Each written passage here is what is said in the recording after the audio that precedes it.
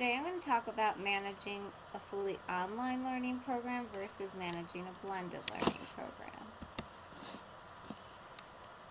So let's define an online program versus a blended learning program. If 30 to 79% of the content is delivered online, this could be considered a blended learning program. It mixes face-to-face delivery with a substantial amount of content that's also offered online, and the online content normally reduces the number of face-to-face meetings. If 80+% of the content is delivered online, then it's considered an online course because most or all of the content is delivered online, and often there aren't any face-to-face meetings. Why use blended learning over a fully online learning program? Let's first discuss that. Well, there's data that shows that blended learning is more effective. The University of Central Florida in 1996 surveyed students, and 75% of the students enrolled in a fully online course were also enrolled in a campus face-to-face session.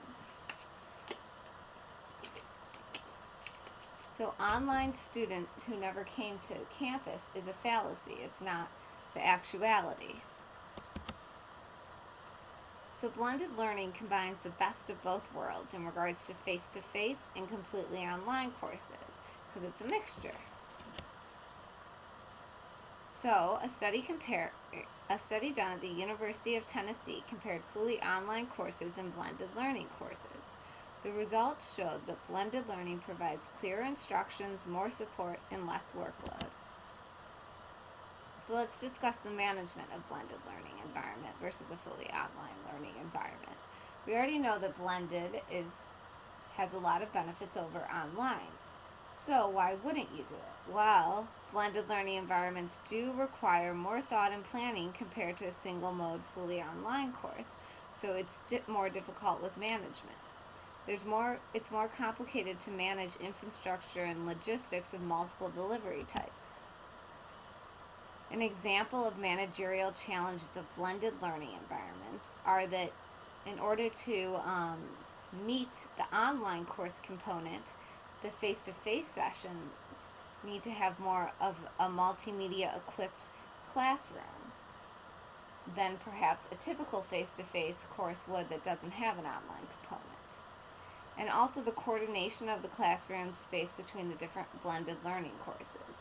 You don't want to waste class space by never using the class except when one blended learning program meets, but you also don't want the classes to be meeting at the same time, and it's way more confusing for coordination of classes.